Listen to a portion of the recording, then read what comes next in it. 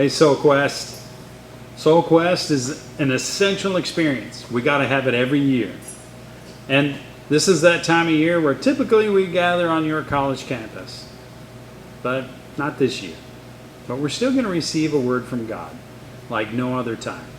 And we're going to emerge from all of this better than we were for sure. Now, you got to know that God wasn't caught off guard with this. He knows what's happened. And in 100 years, we're going to be able to tell people that God was in control and we emerged from this and from the virtual reality, and we had a triumph because of it. Now, I want us to think a little bit this time about the dreams we have while we're sleeping. See, I believe God can speak to us through our dreams, and He speaks to us in powerful ways. Have you ever had a reoccurring dream? You know, you drift off to sleep and then it comes back again, and except it's an instant replay. Now, these dreams can feel so real. Now, they might be fun, or it could be a complete struggle, because dreams can be hard, where it's hard to move, it's hard to accomplish tasks. And sometimes we can become so scared by a dream that we don't even want to go back to sleep. We don't want to have the dream ever again. Now, reoccurring dreams might happen several times a night, or you might have a couple of nights between having the dream, or maybe even years. Now, these dreams can have such an effect on us that it might cause us just to stop eating chili cheese nachos before we go to bed, or maybe to stop watching some scary movies for a while. However, every once in a while, we might have a dream that has such an effect on us that it changes everything. And we even tell other people, I can't be like that anymore. I got to quit doing that. Because they're so powerful that when we wake up, because of what happened while we were asleep, it causes us to live differently while we're living.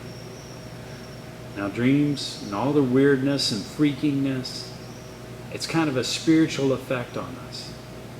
Think about what's written in John 3:8.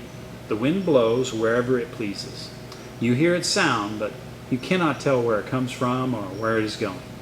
And so it is with everyone born of the Spirit. You can wake up and be like, why did I dream that? Is God trying to tell me something?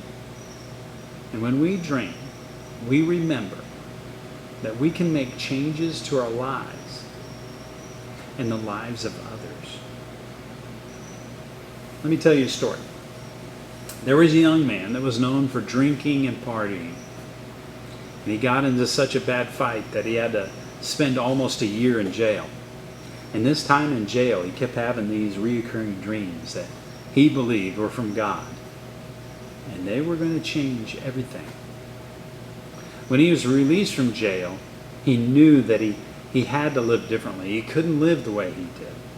He was convinced that God actually wanted him to rebuild a fallen down and abandoned church building outside his hometown. And so using his bare hands, he gathered lumber and stone and rock, and he rebuilt the church. Upon completion, he discovered this isn't quite what God meant. He had started studying Matthew chapter 10, where Jesus sends out the 12, and well, the 12 apostles. And you might know them by being 12 outsiders that no one would have chosen. And yet, they changed the world just by telling others about the kingdom. They had no money, no extra clothes, and they were just dependent upon the Spirit of God and His grace. To what? To bring healing and hope. God hadn't intended for him to put a building of stone back together. The church is a living and breathing collection of people. People don't need a building. They need love. They need mercy. They need grace. Buildings are great, but they need people to love them. Today we have a chance to reset our lives. And we, like this young man who was let out of prison after a year, have a chance to reset our lives and to follow the way of Christ. It took a year in jail for him to see that if things were going to change, he was going to have to live differently. Can you agree with me that this year has been overwhelmingly obvious that things need to change? I mean, between quarantine and unjust murders, racism, riot, could it be more clear that things need to change? A young man named Francis, you might know him by St. Francis, was the one who built down that broken down church outside of Assisi, Italy. And it was then that he discovered that God intended him to rebuild lives, not buildings. To rebuild the lives of people that God would place in his path. See, Francis had seen bodies destroyed by war, and he knew that the destruction that war would bring, that greed could bring, that the want of power could bring. And he had come to understand that fighting in war wouldn't bring about what was needed. It would just take things away. He also learned that he couldn't make himself numb to the pain or forget the suffering, that he would be obsessed with those that were hurting. And he only needed, like the apostles, to live by the grace of God. Francis's eyes were open to let go of material possessions so he could give to others freely. He learned to let go of the fear of what others might think of him so that he could be loyal only to God.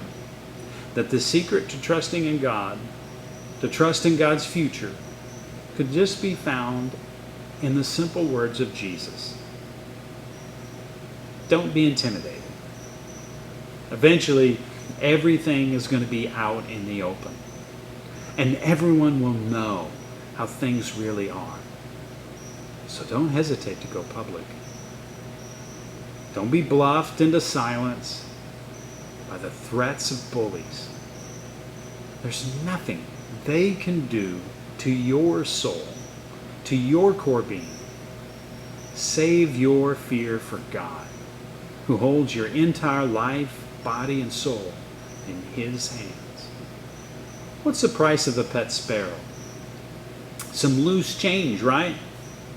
And God cares what happens to even more than you do. He pays even greater attention to you, down to the last detail. He even numbers the hairs on your head. So don't be intimidated by all of this bully talk. You're worth more than 1,000,000 sparrows. So you get to choose.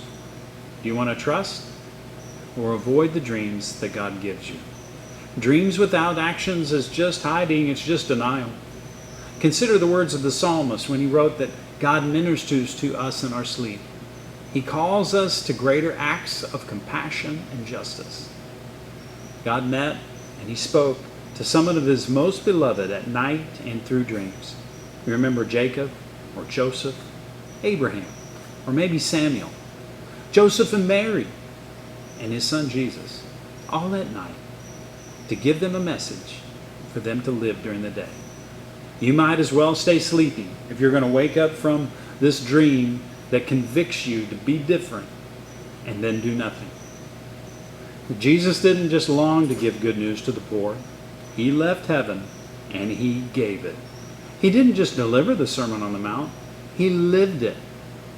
He built a spirituality that is all about the meek, the poor in spirit, and those who mourn. And we join in that because we're meek. We have to be meek if we're going to come to Him humbly. And we bow our heads and we ask. And we don't rely upon our spirit. We realize that our spirit is too weak, too poor. We need His Spirit. And we call for Him to send it to us. And we who mourn our past ways, or how we deny Him, or how easily we can fall in temptation. Soul Quest, God is raising up a generation. He's gathering. The quarantine has been like the night, but the day is coming. And He has given you a message. Will you reset your life to follow Him? Love you, Soul Quest. Can't wait to see you next year. But for right now, will you let your life be reset? Will you allow God to lead you and give you a message for the day? You take care.